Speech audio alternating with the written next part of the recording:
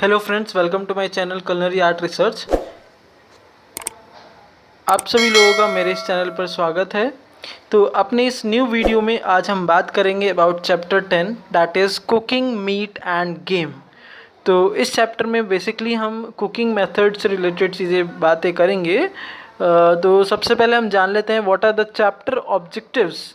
First is cook meat by roasting and baking, cook meat by broiling, grilling, pan broiling. Third is cook meat by sorting, pan frying and griddling. Fourth is cook meat by shimmering, braising and cook variety meat. So these are different methods of cooking the meat. For example, the number of varieties of things are given like shimmering, braising, pan frying, sorting, grilling, broiling, baking, roasting. तो इन सब के बारे में हम एक एक करके जानेंगे। वैसे रोस्टिंग एंड बेकिंग के बारे में मैं बता दूं आपको, तो ये आप लोगों को चैप्टर नंबर 4 में आपको बताया गया था अबाउट रोस्टिंग एंड बेकिंग के बारे में। तो इसके लिए आप क्या करें, आप यूट्यूब पर सर्च करें culinary art research chapter 4। Then उस चैप्टर में आप जाएंगे तो you can easily have a look, check them out, check this video of chapter 4 जिसमें आपको definition of roasting and baking मिल सकता है। नेक्स्ट इज, अब इसी में हम आगे बात करते हैं a refresher.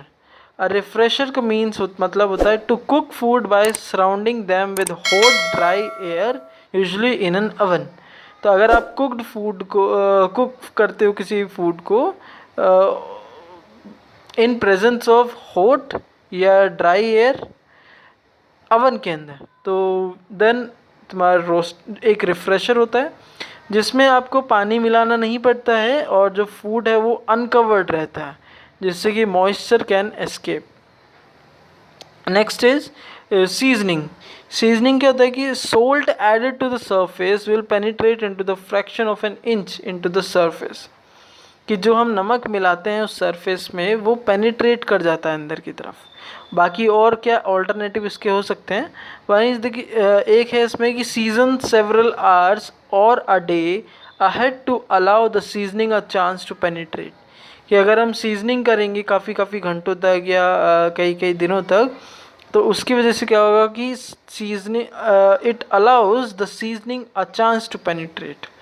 Next is season after roasting, कि रोस्टिंग के बाद सीजन करना चाहिए। नेक्स्ट इज कि don't season the meat at all, meat को सीजन नहीं करना चाहिए, लेकिन केयरफुली सीजन करो किसी भी जूस या सॉस को जो आप उस मीट के साथ सर्व कर रहे हो। ओके, तो ये कुछ ऑल्टरनेटिव्स थे कि आप सीजनिंग जो है रोस्टिंग के बाद करना चाहिए, मीट को कभी भी सीजन नहीं करते हैं, और लेकिन जो सीज़न है हम करते हैं किस चीज़ को, जूस या फिर सॉस को, जिसमें हम क्या कर रहे हैं कि जिसमें हम किसी भी चीज़ को सर्व कर रहे हैं। फॉर एग्जांपल मीट के साथ में कोई जूस को सर्व कर रहे हैं, सॉस को सर्व कर रहा हूँ, तो वहाँ पर जो है जिस चीज़ को मैं सर्व कर रहा हूँ उसको मेरे को सीजन करना पड़ेगा। Next is seasoning.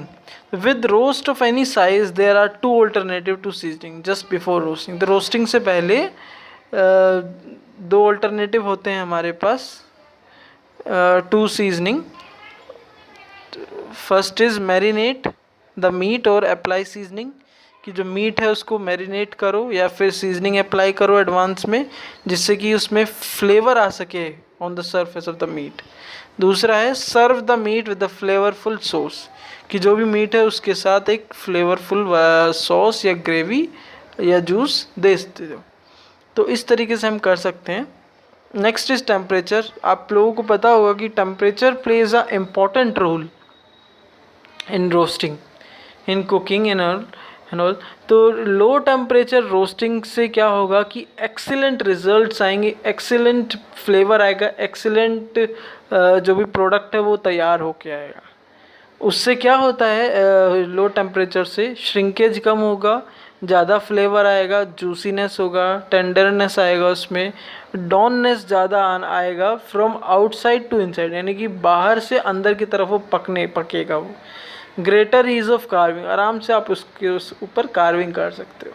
तो ये टेम्परेचर का जो है सबसे ज़्यादा रोल होता है इन दिस फील्ड, क्योंकि आपको टेम्परेचर की जानकारी होनी चाहिए कि भाई कितने टेम्परेचर पे किस चीज़ को, किस प्रोडक्ट को कितना रोस्ट करना है, कितना उसको पकाना है, कितना उसको हमें उसको डॉननेस के लिए रखना है ना, कितना कितना टेम्परेचर पर फ्लेवर कौन सा आएगा, ये सब चीज़ें इन ऑल दिस थिंग। और आप लोग इनकी इन सब चीज़ों से अवगत होंगे अगर आप जाना चाह रहे हैं उस फील्ड में।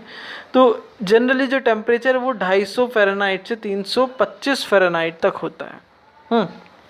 अब देखो टेम्परेचर में आगे की बातें आई हैं कि sharing a well browned crusted surface is desired for the appearance.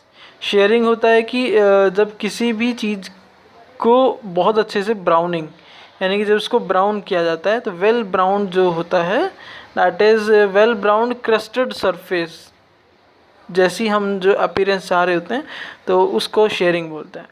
Next is high temperature roasting, कि वेरी स्मॉल पीसेज उनको रोस्ट करते हैं 375 degree Fahrenheit to 450 Fahrenheit. This is a similar effect to broiling a well browned crusted exterior, यानी कि high temperature roasting पर छोटे छोटे जो पीसेज होते हैं जब उनकी रोस्टिंग करते हैं तो इतने से इतने टेम्परेचर के बीच में उसको रोस्ट किया जाता है और उसके ऊपर बिल्कुल वैसा इफेक्ट आता है जैसे कि ब्रॉयलिंग में आता है। और वो कैसा होता है, that is browned crusted appearance. ठीक है। Next is convection ovens. तो इसमें क्या करते हैं कि टेम्परेचर को 50 डिग्री कम कर दिया जाता है, जिसकी वजह से जो the forced hot air can have a drying effect and increase shrinkage. तो जब हॉट एयर जब फोर्सफुली जब जाती है तो it can have a drying effect और वो श्रिंकेज भी बढ़ा सकती है। तो इसको बोलते हैं कन्वेंशन। जो एयर अवन्स होते हैं उनमें ये चीज़ होती है कि टेम्परेचर कम करने पर ज़्यादा हॉट एयर जाएगी तो ड्राइंग इफेक्ट आएगा और श्रिंकेज कम होगी, बढ़ जाएगी। ये इफेक्टिव होते हैं at browning and high temperature roasting and baking. अब इसमें देखो सबसे पहला है fat side up and fat side down. तो जनरली जो फैट है उसकी साइड अप जब अप करते हैं, साइड को अप करते हैं तो जिससे कि continuously basting of the roasted item, की जो भी रोस्ट आइटम की गई है उसकी कंटिन्यूसली बेस्टिंग होती रहे, इसलिए उसको साइड अप साइड डाउन किया जाता है। अब व्हाट इज़ बेस्टिंग? तो बेस्टिंग जो है अननेसेसरी होती है if the roast is fat side up, कि अगर जो फैट है जिसको हम रोस्ट कर रहे हैं अगर ऊपर की तरफ वो है तो अननेसेसरीली बेस्टिंग वहाँ पर होती है। अगर आप रोस्टिंग कर रहे हैं तो लीन कट्स ऑफ मीट बियर्डिंग में भी नेसेसरी, कि अगर आप रोस्टिंग कर रहे हैं तो छोटा छोटा कट इसमें डालना पड़ता है, वो ज़रूरी है। तो barding is covering the meat with a layer of fat such as bacon और फैट बैक। तो बार्डिंग का मतलब होता है कि मीट को कवर कर दो with a layer of fat. Now next is use of mirepoix added at the last of the cooking cycle adds the flavor to the sauce या ग्रेवी। तो लास्ट पार्ट में कुकिंग साइकिल के हम sauce या gravy के last part में हम flavour add करने के लिए डालते हैं इसको। कुछ शेफ सोचते हैं कि मेरे पॉक्स जो है does little to the flavour of the roasted meat and in fact might be harmful due to increase moisture. कि जो शेफ़ है वो कुछ शेफ़ सोचते हैं कि मेरे पॉक्स जो है इतना ज़्यादा फ्लेवर वगैरह नहीं दे पाता है, और ये भी सोचते हैं कि इट इज़ हार्मफुल और मॉइस्चर बढ़ सकता है। बट जो मेरे पॉक्स को हम क्या करते हैं कि इसलिए यूज़ करते हैं क्योंकि हमें ग्रेवी या सॉस में फ्लेवर लाने के लिए इसको लास्ट पार्ट में डाला जाता है। Next these three thing brawling, grilling and pan brawling. तो ब्रॉलिंग एंड ग्रिलिंग ये ड्राई हीट मेथड्स होते हैं कुकिंग के, जिनमें हम हाई हीट का इस्तेमाल करते हैं टू कुक क्विकली। जल्दी जल्दी जो कुक करना हो तो उस टाइम पर हम ये काम करते हैं कि ग्रिलिंग और ब्रॉयलिंग करते हैं उस टाइम पे। टेम्परेचर कंट्रोल, तो ब्रॉलिंग का गोल होता है is to produce the brown flavourful crusty surface. फिर कुकिंग टाइम जो है वेरी करता है, डिपेंड करता है जो भी चीज़ आप पका रहे हो वो मोटा है पतला है, कितना एक्सटेंट तक आपको उसको पकाना है। ठीक है। Next is seasoning. तो सीजनिंग इज़ द डिसएग्रीमेंट, कि मतलब कि बहुत सारे ऐसे साइंटिस्ट हैं जिनके बीच में ये मतभेद है, एक डिसएग्रीमेंट है कि ब्रॉयलिंग से पहले सीजनिंग करना चाहिए उसके बाद करना चाहिए। So it is a point of disagreement. Some chef से कि it should be done before the broiling, and some say it should be done after broiling. So it depends upon you what you want it. Next is, our suggestion is that if you have a professional broiler and preheat it properly, it is not difficult to brown the food that have been seasoned before the cooking. ये कहते हैं, इस book के writer बोलते हैं कि हमारा suggestion ये है कि अगर आपके पास एक प्रोफेशनल ब्रोलर है तो उसको पहले से प्री हीट कर लो। नेक्स्ट ऑल्टरनेटिव इसका ये भी है कि to serve the meat with the season butter और मैरिनेट बिफोर कुकिंग, कि बटर के साथ उसको मीट को सीजन बटर के साथ सर्व कर दो या फिर मैरिनेट कर दो before cooking. Next is sauce and accompaniment. बहुत सारे अलग अलग सॉसेज हैं, अकम्पनीमेंट्स हैं which are appropriate for grilled meat, including ये सारे सॉस हैं, compound butter, butter sauces, brown sauce variants, tomato sauce variants, salsa and delicious. Next is pan broiling.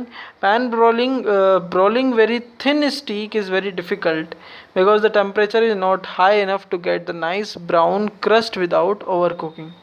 तो जो छोटी छोटी जो थिन स्टिक्स होती हैं वो बहुत डिफ़िकल्ट होती हैं कि उनकी ब्रोलिंग की जाए, क्योंकि जो टेम्परेचर है वो बहुत ज़्यादा नहीं होता है कि उनकी अच्छे से वो हो जाए, ब्राउन क्रस्ट हो जाए। कई बार ऐसे तो ओवर कुक हो जाती हैं वो। तो use of heavy iron skillet would be a good solution. तो इस चीज़ को, इस प्रॉब्लम को ओवरकम करने के लिए हैवी आयरन स्किलेट का इस्तेमाल करते हैं। Next is sauteing, pan frying and griddling. तो हर टाइम क्या होता है कि जो अब भी आप कुक करते हैं मीट को, आपको जज करना होता है कि कितनी हीट लगानी है, कितनी हीट पर उसको पकाना है, कितना उसके अंदर आपको यूज़ करना फैट जिससे कि बेस्ट रिजल्ट्स आएँ। वो डिपेंड करता है किस तरह का फूड और किस तरह के साइज़ ऑफ पीसेस की ज़रूरत है। Next is deglazing the pan.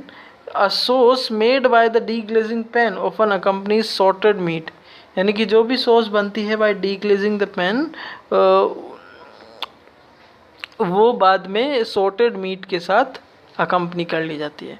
So to डीग्लेज means, डीग्लेज का मतलब है swirl a meat in a pan to dissolve the cooked particle.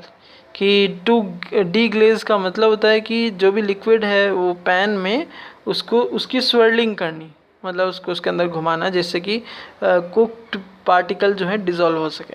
तो उसके दो तरीके हैं कि एक तो रिड्यूस्ड ग्लेजिंग लिक्विड को ऐड कर दो to a prepared sauce after straining, और दूसरा है कि use the deglazing liquid to make a new sauce. Okay, तो दो तरीके से आप डीग्लेज कर सकते हो पैन को। फिर stir frying. Chinese technique of stir frying is like sorting, except in sorting the pan is used to toss or flip the food, while in stir frying the pan is stationary and the food is flipped with the spatula or other tools. Means stir frying मतलब ये है कि जो stationery है, जो pan है, जो pan है वो रहता है क्या, वो रहता है स्टिल पोजीशन में, यानी कि स्टेशनरी पोजीशन में। बट जो है फूड जो होता है वो फ्लिप करता है, मतलब कि उसको ऊपर नीचे करना पड़ता है by spatula and other tools. फिर ट्रेडिशनल चाइनीज़ स्टिर फ्राई जो है, it is done on a wok which has a rounded bottom, uses very high heat. तो ट्रेडिशनल चाइनीज़ स्टिर फ्राई जो है वो की जाती है कैसे, उसमें होता है राउंडेड बॉटम, उसमें राउंडेड बॉटम होता है और बहुत हाई हीट इसमें दी जाती है। Next is simmering. Simmering is not usually used as a cooking method for meat, they generally lack the flavour of browned meat by dry heat. तो यानी कि शिमरिंग जो है आपका, उसको एक कुकिंग मेथड की तरह हम यूज़ नहीं करते हैं, बट क्योंकि उसके अंदर जो है ब्राउन्ड मीट जो होता है उसका फ्लेवर ख़त्म हो जाता है, उसका फ्लेवर कम हो जाता है। Simmering can be use to prepare lesser quality meat. तो शिमरिंग से कम क्वालिटी मीट की प्रोडक्शन होती है, लाइक हैम हो गया, कॉर्न बीफ हो गया, ये सब। फिर stewing means to cook smaller pieces of meat by simmering और ब्रीजिंग। तो स्ट्यूइंग का मतलब होता है कि जो छोटे छोटे पीस होते हैं ना उसके किसी भी मीट के, उसको कुक करना बाय शिमरिंग और bridging. And the second last slide says about braising. तो brazing is what? A combination of dry and moist heat. तो ब्रेजिंग में एक ड्राई हीट और मॉइस्ट हीट दोनों को मिलाकर हम जब एक नया टेक्निक है जिसमें दोनों ड्राई हीट और मॉइस्ट हीट दोनों यूज़ होती है, तो उसको हम ब्रेजिंग बोलते हैं। तो इस मेथड में क्या होता है कि पहले मीट को ब्राउन किया जाता है इन फैट या फिर अवन में, फिर उसकी शिमरिंग की जाती है ना फ्लेवर्ड लिक्विड। फिर उसके बाद popularity of braising is due to flavour imparted by the browning and the sauce that is made by from the simmering liquid। कि जो ब्रेजिंग है उसकी पॉपुलैरिटी इसलिए है क्योंकि वहाँ पर उसकी पॉपुलैरिटी इसलिए है it is due to the flavour, कि जो फ्लेवर उसके ब्राउनिंग करने के बाद आता है। तो ब्रेजिंग इसलिए ज़्यादा पॉपुलर है बिकॉज़ वहाँ पर हम जब ब्राउनिंग करते हैं तो ब्राउनिंग करने के बाद वहाँ पर एक फ्लेवर आता है और जो सॉस जो बनती है it is also made from the shimmering liquid. ठीक है, तो नेक्स्ट इज़ फ्रीकैसेस। तो ये जो है वाइट स्ट्यूज़ होते हैं आर वाइट स्ट्यूड, जो कि cooking white meat over low heat से बनते हैं, तो without browning and adding a liquid. So fricassees ये जो है वाइट कलर के स्ट्यूज़ होते हैं जिनको हम by cooking white meat over low heat, यानी कि वाइट मीट को लो हीट पर कुक करके बिना ब्राउनिंग करे हम जब बनाते हैं तो उसको हम विदाउट एडिंग अ लिक्विड उसको हम फ्रीकैसेस कहते हैं। So this was all about the cooking methods. Okay, so जिसमें हमने डिफरेंट मेथड्स के बारे में जाना ऑफ कुकिंग। तो I hope you all have understood about the cooking method and game. Thank you for listening me.